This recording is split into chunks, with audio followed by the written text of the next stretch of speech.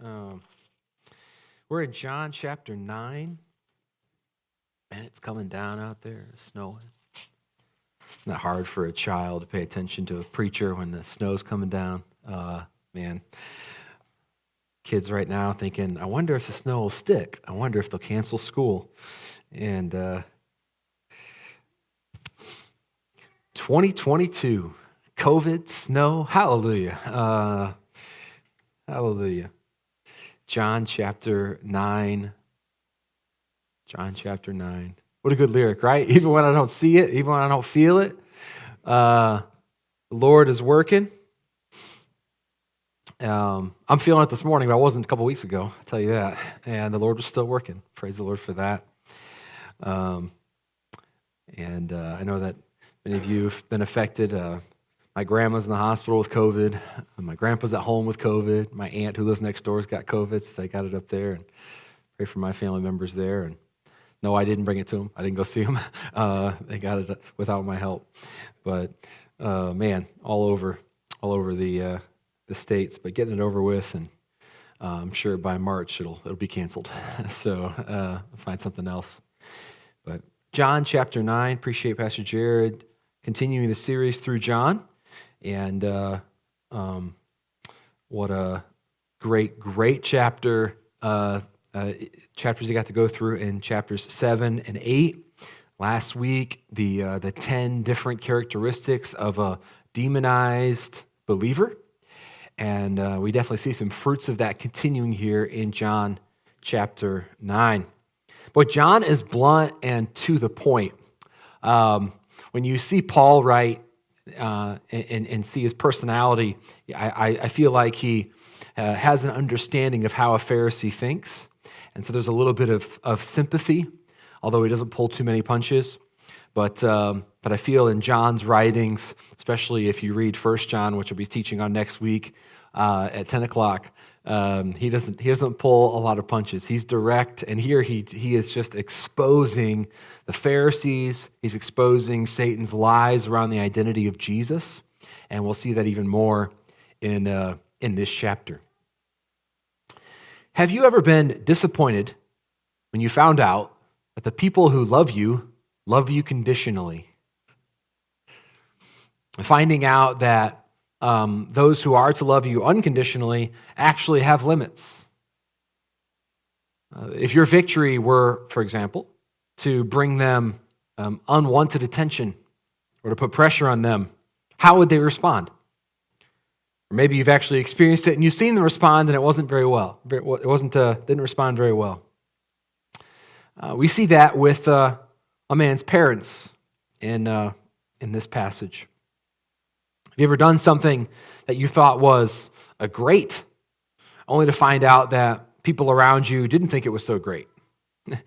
Or seen something that you thought was wonderful and shared it with people only to find out that they didn't think it was very wonderful?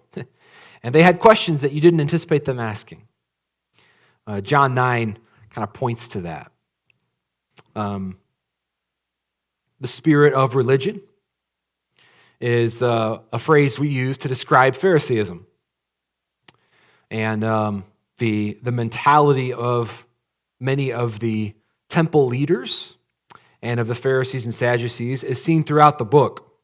It's this imitation, the tares among the wheat, that has been created by the enemy in order to confuse and deceive people who are looking for truth. And so tradition, religion, skepticism, fear, all of these attitudes and systems are created to pull people away from Jesus. And we've seen that throughout the book, and we see it again in John 9. I told you before, as I introduced the series, that John doesn't record the most miracles of any of the Gospels, but he definitely records the best ones. You get a guy who's been blind for a long time healed in the other Gospels. You get a guy who's born blind healed in this Gospel. You get a boy who just died raised in other Gospels. You get a man who's been dead for 4 days raised in this Gospel.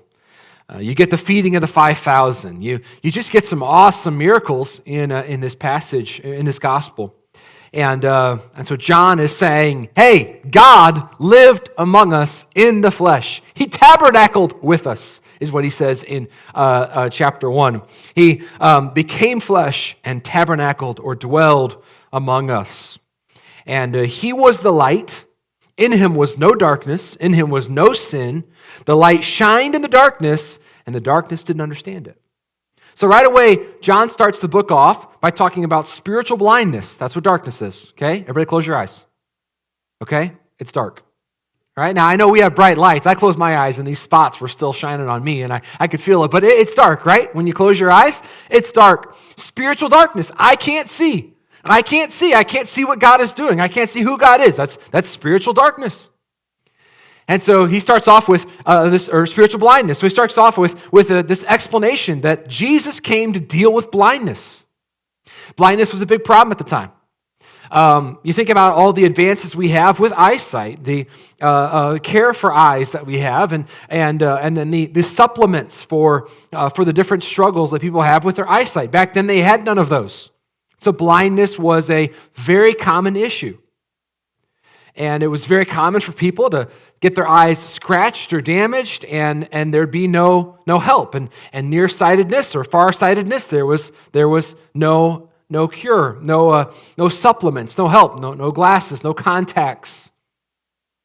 And so blindness was an issue. And it was something that was commonly mentioned as a common issue in that day. And so here, Jesus is with his disciples. It's still the Feast of Tabernacles, which we saw starting in chapter 7.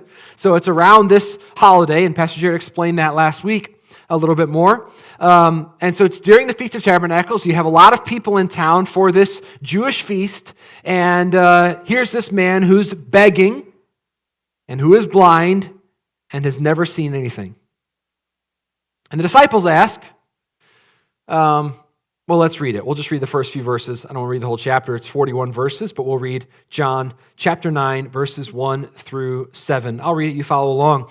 As Jesus was walking along, he saw a man who had been blind from birth. Rabbi, his disciples asked him, why was this man born blind?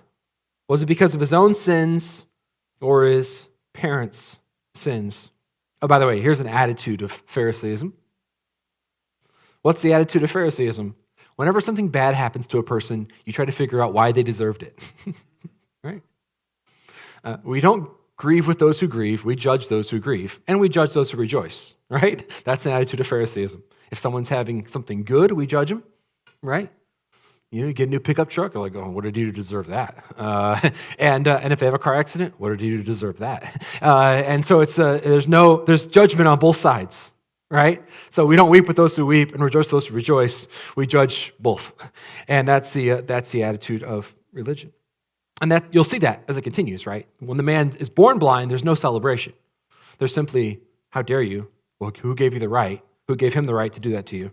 So verse 3, it was not because of his sins or his parents' sins, Jesus answered. This happened so the power of God could be seen in him. We must quickly carry out the tasks assigned us by the one who sent us. The night is coming, and then no one can work. But while I'm here in the world, I am the light of the world. Then he spit on the ground, made mud with saliva, and spread the mud over the blind man's eyes. He told him, go wash yourself in the pool of Siloam. Siloam means sent. So the man went and washed and came back seeing.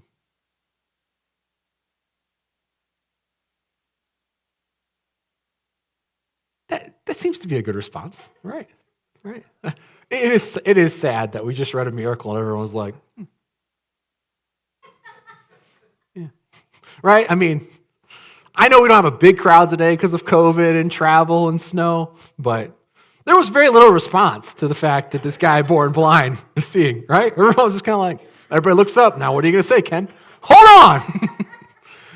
At one point, in a Middle Eastern country, a guy lived who was born of a virgin, and he met a guy who'd never seen before. He taught for a minute. He spit in the dirt, made a paste of mud. He applied it to a man's eyes. Someone apparently led this blind man to a pool where he washed his eyes off, And for the first time in his life, he saw. Hey, there we go. There we go. Another attitude of religion is apathy. And apathy is we feel nothing and you can't impress us anymore, right? Now, I understand, but I appreciate your somewhat sarcastic response. And he came back seeing, exclamation point, by the way, at the end of chapter 7. Came back seeing, healed. Jesus heals the blind. Still. I love the Kindle app. I get most of my books digitally. I had to open up my 2-volume Craig Keener book on miracles. Craig Keener is a professor in Kentucky at a university. He took several years to chronicle miracles just to see if they really are true. His book has really frustrated cessationists because it's so well done and there's so many miracles. And I read his chapter on blind eyes seeing. Dozens upon dozens, and some men born blind. 1927 was the one I remember just off the top of my head. A man in England was being prayed for by his pastor, and the first thing he saw was the face of his pastor. Hopefully that was a good-looking man, I don't know, but that was the first thing he saw. I think this man, probably the first thing he saw was his reflection in the water in this story. But the dozens, I read one in Keener's book where he had the doctor's notes in front of him, and the doctor's not a believer. So this man's eye had been punctured and had burst, like a balloon, right? It's inflated and then it's burst. And so he diagnosed him as permanently blind. Then the man came back healed. In the doctor's notes, he wrote, "I must have misdiagnosed him." And he refused to believe that it was a healing at all. But Jesus is still healing the blind. We watched a documentary called Send Proof in here in a prayer meeting, and we saw the story of a lady from Holland, Michigan, which is where my grandparents live, so it stuck out to me when I watched the documentary for the first time. And she, at the age of 15 or 16, lost her sight completely. And then later on, met a man, got married, had children, and that man just kept praying, and one day he got down on his knees by the couch, and he prayed for her, and he just said, "Jesus, I know you still heal the blind." And she looked at him and she said, "I can see." And she jumped up and she grabbed the picture of her family that he had set down and saw her husband and her kids for the first time. That's pretty amazing. Jesus is still healing the blind. Now, if you're a Pharisee, when you hear those stories, you ask certain questions. That lady in Holland, well, when he prayed for her, was he praying to Jesus? I wonder if the devil was involved. You know, the devil does signs and wonders. What a shame to have more faith in the devil than in Jesus. The Pharisees here, they're like that though. Spiritual blindness does that. You're searching for another answer because you can't see the answer right in front of you. So we see this chapter in really 3 parts. I only have one slide this morning. And the 3 parts are the miracle, the reaction, and the explanation. We read the miracle. We'll talk about the reaction, and we'll talk about the explanation. But after this man is healed, he goes back to home. He goes back home, and the first thing you see are that his neighbors are very confused. They are wondering at his healing, and so they quickly go to the religious experts around to figure out what happened. And so that brings about this reaction. This miracle happened during the Feast of Tabernacles, and we're reminded, as I read this story, I was reminded of the book of Job, the attitude of his disciples, Jesus' disciples, as they look at this beggar, who, by the way, I mean, can you imagine being blind and hearing this conversation take place? The awful things you hear when you're a blind beggar. You're sitting there asking for help, can't get a job, you're alone, and you hear the religious experts, like the man in the story of the Good Samaritan who's been beaten, and the religious people walk by and stare at him. You have a similar issue. You have these disciples who decide to make this man a visual aid in their theological discussion. He's treated less than human. Jesus, here's this blind beggar. He's having a horrible life. Let's make it worse and let's talk about him in front of him. And he can't see us. Who sinned, him or his parents?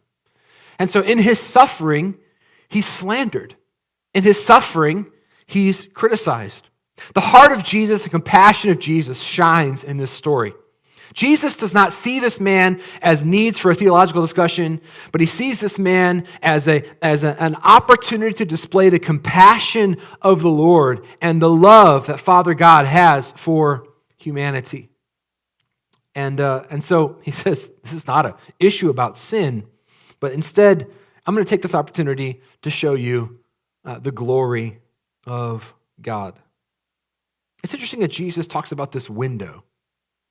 There's a window when no one can work. There's a window when people are lost to hell and they can't be redeemed back. There's a window when the kingdom is complete and the lines are drawn permanently and people can't be pulled from darkness into light. So while this window is open, there must be a sense of urgency.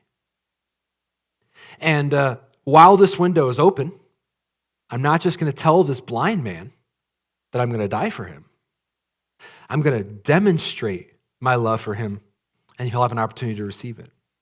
So he talks about this open window and defies their theology of suffering and sickness, one that I think many of us are familiar with, their theology of suffering and sickness, that if you're sick, you deserve it because you sinned. It's kind of the idea that many were raised hearing. You must have done something wrong. It's hard for us to see people suffering and suffer with them continually without eventually getting calloused towards it and creating blame for it. An author who's helped me a lot, he can be deep and he can run dry sometimes, but who's helped me a lot at different seasons of my life is named Philip Yancey. 2 books that helped me a lot, Where is God When It Hurts? And Disappointment with God. Between the 2 books, about 500 pages exploring the different attitudes that people have towards suffering. And pain confronts us with our own weakness. Talking about pain is like talking about death. We don't like to talk about it too much. It makes us uncomfortable. Our own mortality makes us uncomfortable. And seeing people suffer, it just creates an attitude in us. If I could just explain away your suffering, if I could just put nice black lines around your suffering so that I don't have to worry about it. And Job's friends did this. The book of Job shows us, among many things, it shows us the common attitudes that people have towards somebody suffering. Job, you must have deserved this. You must have deserved this. There's no room for grace or mercy in this situation, Job. We know you're a sinner, because all men are sinners, and you must have deserved this. I know you're a righteous man that eschews evil or avoids evil and hates evil. I know you offer sacrifices for your kids, but still, as we look at this, Job, you must deserve this. And God would never allow someone to suffer who didn't deserve suffering, so you're suffering because you deserve this. And the disciples here have that similar attitude. And Jesus kind of turns that on its head. The sin of Adam and Eve produced death, spiritual death. And the spiritual death has had a dramatic impact on creation. And so there is sickness and suffering in our world because of sin. But it is not always, in most cases, it is not because of a direct sin. Jesus says there was no direct sin of the parent, a direct sin of this blind man that caused him to be blind. But we live in a fallen world, and the kingdom is breaking through, and the glory of God is shining. This is also, fun fact, one of 3 times we see Jesus spit in the scriptures. Every time Jesus spits, someone gets healed. So Jesus, come and spit, please. We'll take it. What a strange thing, right? To just finish teaching people and then hold on a second, right? And then how odd. If you take a DNA test, they swab your saliva, right? Right? So the Creator takes his DNA and he mixes it with his favorite building material. What did he make Adam out of? He made Adam out of dirt. So I'm God. Here's a little bit of God DNA. And I made Adam. This is how I made Adam. So let me make new eyes. Dirt. and my DNA. You put them together, because I made man in my image. How did I do it? I took dirt, and I put my image in them. I breathed in them. Here's my DNA, dirt, mud, paste. But then he goes a step further. Go wash in Siloam. So why did he tell him to wash in Siloam? Siloam is the only living water in Jerusalem. It's the sent water. Years before, Hezekiah, knowing he was going to be under siege, dug a tunnel. If we ever go to the Holy Land, you can walk through Hezekiah's tunnel. You have to walk like this in the dark for 45 minutes. So if you're claustrophobic, I don't recommend it. There's times when you have to go like this and kind of squeeze through. It is not for the faint of heart. And about halfway through, our group was getting very nervous, so we all started singing Amazing Grace. It made us feel better. And 45 minutes in the dark, Hezekiah's tunnel, you walk, and oh, by the way, I forgot to tell you, you're knee-deep in water the whole time. But there's fresh water that flows, and they use that living water. Living water can't be stagnant. Right? We talked about this at the woman at the well. He said, there's living water. And she said, I don't see living water anywhere around here. I know the area. No, living water, it comes from a spring. So Hezekiah tunneled water from a spring. That's the water they used for all the feasts. They couldn't get water anywhere else in the city. They had to use the water from Siloam because it was sent water, or what they called living water. So he says, I am, in John 4, he looks at the woman at the well, right? And he says, I am the living water. So he tells him, I'm going to heal your blindness. I'm the creator, that's the spit, and the dirt. And I'm the living water, and that's Siloam. I'm the one that was sent by God. That's the pool of the sent. So he ties all this together, and he sends, and I think the blind man misses all of it, because he can't see him. He doesn't know who he is. He doesn't understand the theology of the water. He just knows that, this seems to be the best suggestion I've had all day. No one else told me I would see today. If he says I could see, I've never seen before, it's worth a walk. Let's go do it. Kind of like Naaman being told to go dip in the Jordan, right? His guard said, sir, you came here to do what the guy said. I know it's strange, but no one else is telling us how you can be healed of leprosy. So might as well try this. We came all this way. Let's go swimming. And so the blind man, I don't know what he thought of it, but he went. And we've seen in other studies different times that medicine at that time was weird. The woman with the issue of blood, one of the suggestions back then was to carry a rotten ostrich egg on her back for a week, and that would heal her. It didn't. So there's all sorts of weird explanations of medicine back then that didn't work. So, I've heard this guy heals. Let's try it. And so Jesus applies the mud. He sends the man to the pool, and he is healed. What an awesome picture. What an awesome moment. And then we see the reaction. I see no applause recorded in the gospel story. No celebrating. Again, this is a unique miracle in the fact that the group that was with Jesus didn't see the miracle right away. Right? You saw the feeding of the 5,000 right away. If you were there, you saw a lot of people eat from a little lunch. And then you saw 12 baskets. You saw Lazarus come out of the tomb. We'll see that in John 11 in a few weeks. But in this miracle, he says, go. And as far as we can tell, he doesn't see until after he goes. He comes back, and some time passes now. Neighbors are wondering what has happened. How did you get healed? Who healed you? Verse 10. What happened? He tells them the man they called Jesus made mud, spread it over my eyes, told me to go to the pool of Siloam, wash yourself. So I went and I washed, and now I can see. Where is he now? I don't know. And so quickly, the neighbors go to the Pharisees. This response, we see the neighbors wonder at the healing. We see the Pharisees slander Jesus. Then they pressure the parents, and then they interrogate the healed man. We see the parents cower under pressure, and then we see the healed man deliver a powerful testimony. First, the neighbors wonder. So listen, one of the reasons we've taken this 2-year process to talk about God's power, and one of the reasons that we are going to keep pushing and persevering for breakthrough, is because when God's power shows up, your neighbors ask questions. They don't ask questions about people going to church. They don't ask questions about our lifestyle. But they will ask questions if blind people start seeing. They ask questions when they see people not walking under the same laws of physics and physiology and biology that they were raised to believe in.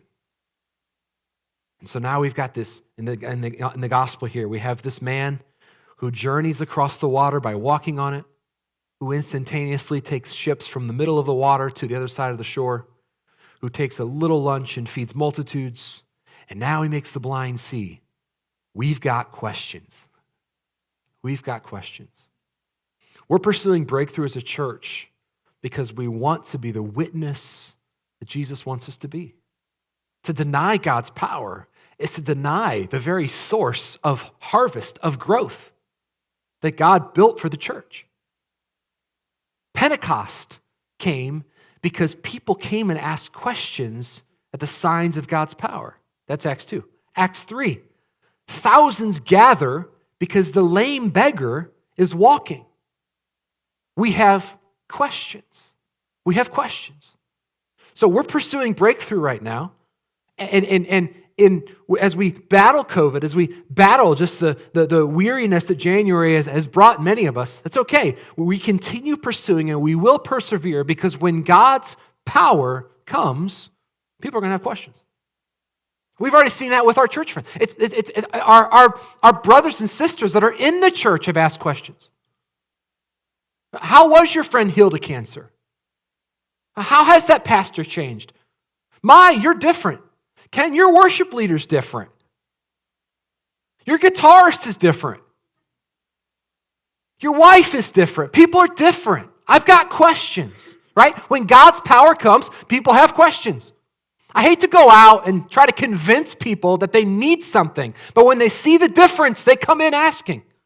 As a teacher, you know right away that if you have to force something on a student, you're going to struggle. There's a 95% chance they're going to forget everything you said within 5 minutes of you saying it. But if they come to you with a question, they remember. If you want people to know Jesus, then let him work. Make a way for him to work. Create a place where he can work. And then when he works, people will come and say, I got a question. What's he doing in your midst? That's what we're wanting God to do in this house. And that's what we're trying to foster. It goes against advertising and marketing. It goes against the American church way. But if we look at the history of the church is 2,000 years old. This nation is 300 years old. I'd rather have the 2,000-year history of church growth than the 300 years of capitalistic marketing. And so we lean into fostering God's presence and creating an environment, I should say, where he is present and leaning into that and seeking what he wants. And then as he works, people have questions. And so there's the reaction. Neighbors wonder. Now, when people have questions, sometimes they don't know where to turn. He wasn't handing out business cards. He didn't have a website. Jesus.church was taken. And so they go to the Pharisees. These are the religious experts, right? If you're unsaved and you have a question, where do you go? It's like John Wimber's story, right? They told him to read a Bible. Well, where do I buy a Bible? And he couldn't find a Bible. And they said a Bible is always black and always has gold lettering. So someone hand him a green Bible. This isn't it. It's got to be black. And so he didn't know. He had questions. And so they go to the Pharisees. These guys say they're religious experts. They have the biggest church in town. It's right in the middle there, and they kill a bunch of animals. And so let's go there. And so they go, and the Pharisees are quickly begin their interrogation. Verse 16, this man, Jesus, is not from God. Why? He's working on the Sabbath. Well, what did he do? Well, he healed people. That's work. And that's wrong. And others responded, but how could an ordinary sinner do such miraculous signs? So there was a deep division of opinion among them. The Pharisees again questioned the man who had been blind. Verse 17, and demanded, what's your opinion about this man who healed you? So remember, they ask him what his opinion is in verse 17. The man replied, I think he must be a prophet.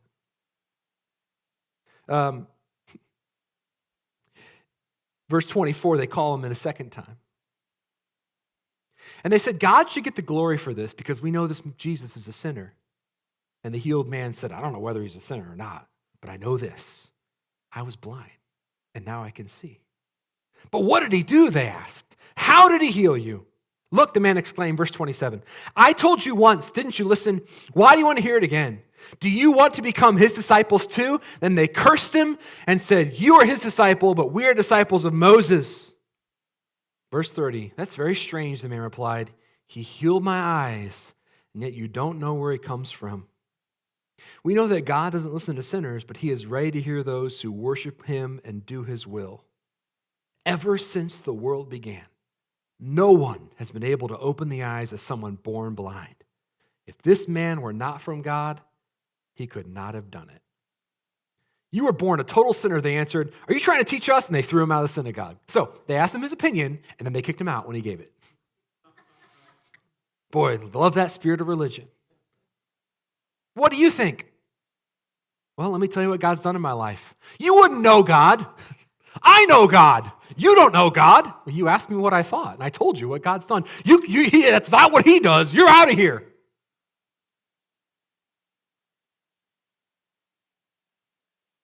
They value tradition. They're valuing the work of Moses. They connect themselves to Moses and their tradition, and they're spiritually blind. So they slander Jesus. He's not from God. He works on the Sabbath. And in between their conversations with the healed man, we go to verse 20, and we see them talk to his parents. Verse 18, the Jewish leaders still refused to believe the man had been blind and could now see, so they called in his parents, and they asked them, "Is this your son? Was he born blind? If so, how can he now see?" Verse 20, his parents replied, "We know this is our son." That's good. "We know he was born blind. We don't know how he can see or who healed him. Ask him. He is old enough to speak for himself." His parents said this because they were afraid. Perfect love casts out fear. Here we have conditional love. When you are raised in religion, the fences that protect your religion are always fear. So when you tear those fences down, remember, you're triggering fear in people who live by those fences. And we've seen that. Fear is faith in the enemy. Okay? Right? Fear is faith in the enemy. In this context, here they are. Should be so excited. Years of looking at their son and knowing that he was set for a really miserable life. Years of mama crying, dad choking back tears because he's got to comfort mom, be strong for mom. Years of looking to Yahweh and saying, why? Years of trying to protect their son as they guide him through the house. Years of dealing with the stigma of the religious who say, what did you do? Years of listening to the accuser in their own mind as they think of the mistakes they did make, because we know they were sinners. So there was always a sin to point to and say, that's why our son is born blind. Years of blaming themselves. Years of pressure. This should be the greatest moment of their life, but they're afraid. They're afraid. The freedom that's been given to their son is suppressed by the fear that they feel. Conditional love. Now, what a mixed set of emotions the blind man who was healed must have felt. I can see mom and dad are talking in front of him, and he can see them for the first time, and he looks at them, and he doesn't see joy in their eyes, he sees fear. What are you afraid? You know, stories like this really matter because they help us understand that as Jesus breaks into our life, breaks into our lives, as Jesus gives us freedom, as he gives us a story to tell, people are going to have questions. People we love are going to have some fear that we have to work through. So we got to be patient. I don't know what happened to his parents, but I imagine that after Jesus and this blind, now seeing man talk, and he He declares that Jesus is the Son of God, and we'll see that at the end here. I've got to imagine he goes home and he tells his parents, not only can I see physically, but I can see spiritually. And that there was quite a conversation that took place. I believe in breakthrough. I believe in the power of a story. And I believe that every day that they saw their son seeing, their hearts thawed. Right? Their hearts had to thaw. That's my prayer for those who have set their relationship with Jesus at a distance, and between them and Jesus have built fences of fear. And so they look at Jesus, they sing about Jesus, they believe in Jesus, they rejoice in Jesus, but if he comes any closer, they get afraid. My prayer is that our church can be a church that tears down those fences of fear, so that our brothers and sisters and our loved ones, the people that we've worshiped with over the years, worshiped Jesus together with, and learned the word together with, will be able to come closer to him. When you become a place of encounter, you cause people to have to face those fences of fear. We can't build our own fences. We can't build our fences because we're afraid of what people will think. We can't build up fences because we're too sensitive to criticism, too sensitive to the murmuring. Over the last 30 days, I've had several opportunities to do some reflecting in prayer. And when you're not preparing a message, it does give you a time to just refresh your heart before the Lord. I'm thankful for that opportunity. Some of it was forced by COVID, and some of it was just the opportunity of schedule. And one thing the Lord convicted me of as I look back at 2021, he brought immediately the story of Moses to mind and striking the rock. And he said, Moses' failure with me, he said, was listening to the murmurings. You're listening to the murmurings of people you're trying to change. And he convicted me lovingly and tenderly of, and you think about it logically, it's almost embarrassing, but we understand it. When you're trying to change people, to bring them to Jesus, you can't value their opinion. Right? If they haven't encountered Jesus yet, their opinion is going to be wrong. And Moses is trying to bring these people into the promised land, but they haven't been there yet. They haven't been where Moses has been. And so when he listens to their murmurs, he responds to their complaints. He responds to their murmuring in such a way that he hurts his fellowship with the Lord.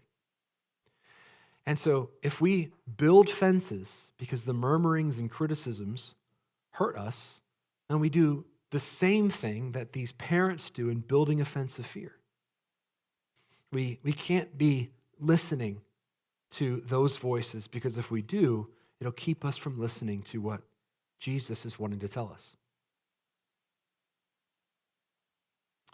So the parents cower under the pressure and show conditional love. 1 Corinthians 13:7 says, love endures through every circumstance.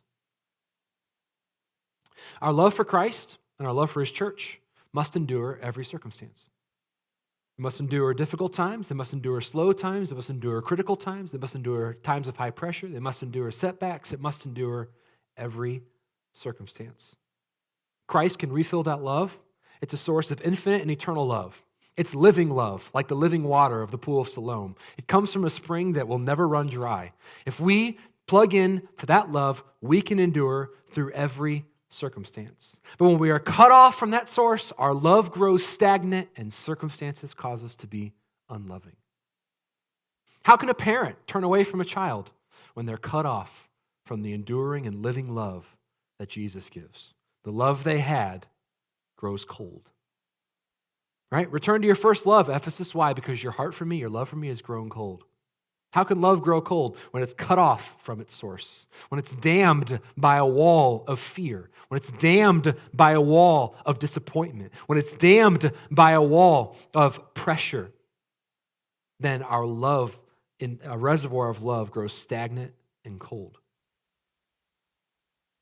In many ways, there are members of our church whose passion and love for Jesus has grown stagnant because they've been cut off. Maybe it's a combination of circumstances beyond our control. But when we're not taking time to plug into Jesus, to plug into the living water, that living source of love, then our love grows stagnant. And then we struggle.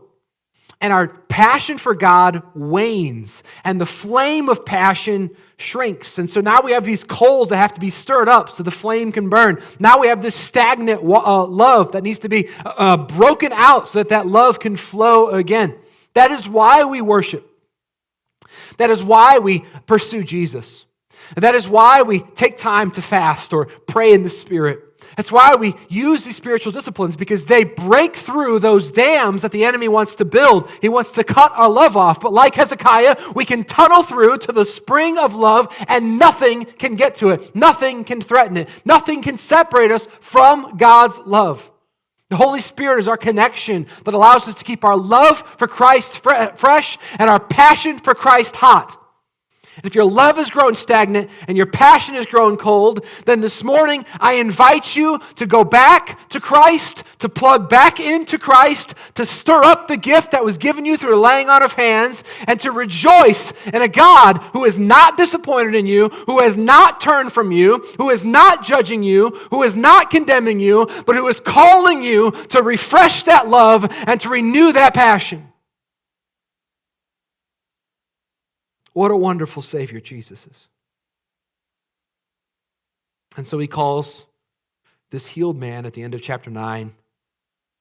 We have a theological discussion with the disciples and Jesus. We have him tenderly instructing this man how to be healed. We have a horrible interrogation between the neighbors and the Pharisees and the parents. And then we just see Jesus and this man. As I looked at this chapter, and as I think of you now, I don't want a commentary. I don't want a pastor's social media blog or social media group. I just want to be with Jesus, hear what he has to say.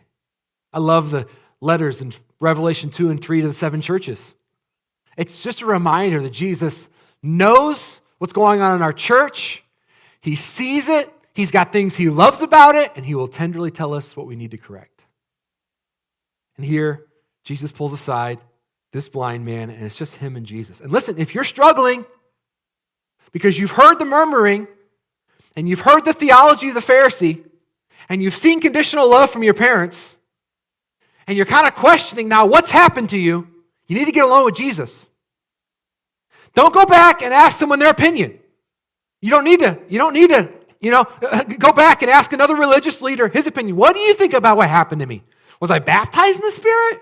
Was I filled with the Spirit? What do you think? And why do I want to go back? And then you hear the accuser say, it's just a matter of time before you fall back in your old ways. It's just a matter of time to become the same old person you used to be until you return to being a failure. But when you get with Jesus, all of those things just melt away. The bad theology, the horrible opinions of the Pharisees, and the lies and empty threats of the accuser all melt away when you get in front of Jesus and he says, you can see, right?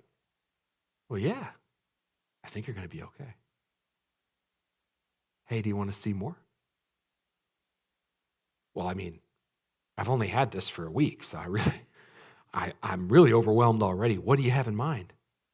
Well, I'm going to pour my Spirit out, and then you're really going to see. What do you mean? Look, I know this is beautiful to you because you've never seen it before, but this is just a taste of something that I have for you. You see, Joel, the prophet, said that one day my Spirit would be poured out, and men would have visions and dreams. I know you see now while you're awake, but you're going to see while you sleep. And you're going to see things in front of you, and you're going to see things from heaven's view at the same time. You're going to have open visions. You're going to see. Oh, I want to see. Okay. Then you need to accept the Son of God. Who is he? You're seeing him. You're seeing him. I'm making it possible for you to look and live. You were blind, but now you see. And Verse 38, yes, Lord, I believe, the man said, and he worshiped Jesus. He got down, I imagine, on his hands and knees. And you know what I think he did? I think he closed his eyes and he worshiped Jesus. Think about that. The man who gave me sight caused me to bow down. I turned from him in humility and worship, and I gave him my affection. A reminder that we need this morning, that we need to get alone with Jesus and drown out the lies. And he will set us free. He will set us free. Oh, there come the Pharisees at the end. Verse 40. Standing nearby, they hear him. Are you saying we're blind? And Jesus says, yep. John 9, when you read it at first, is all about a physical healing. But ultimately, John 9 is about the spiritual blindness that you can have. You can have the Bible. Pharisees did. You can know the Bible. Pharisees knew it better than, especially the Old Testament, better than any of us. Memorize the Bible. Pharisees had to memorize first 5 books to start off. And Pharisees like Paul had Isaiah memorized before he was ever saved. They had a whole bunch of the Old Testament memorized. And you can be spiritually blind. You can have had a Holy Spirit experience. You can have operated in spiritual gifts. But if you turn away from that source of love, and if you allow the distractions of the world to become what you're looking at, you can get pretty spiritually dull. And so we have to renew ourselves in front of Jesus. Let him be our source. If you drink from him, you'll never thirst again. He is the light that shines away the darkness. So this morning, let's take some time to get in front of Jesus.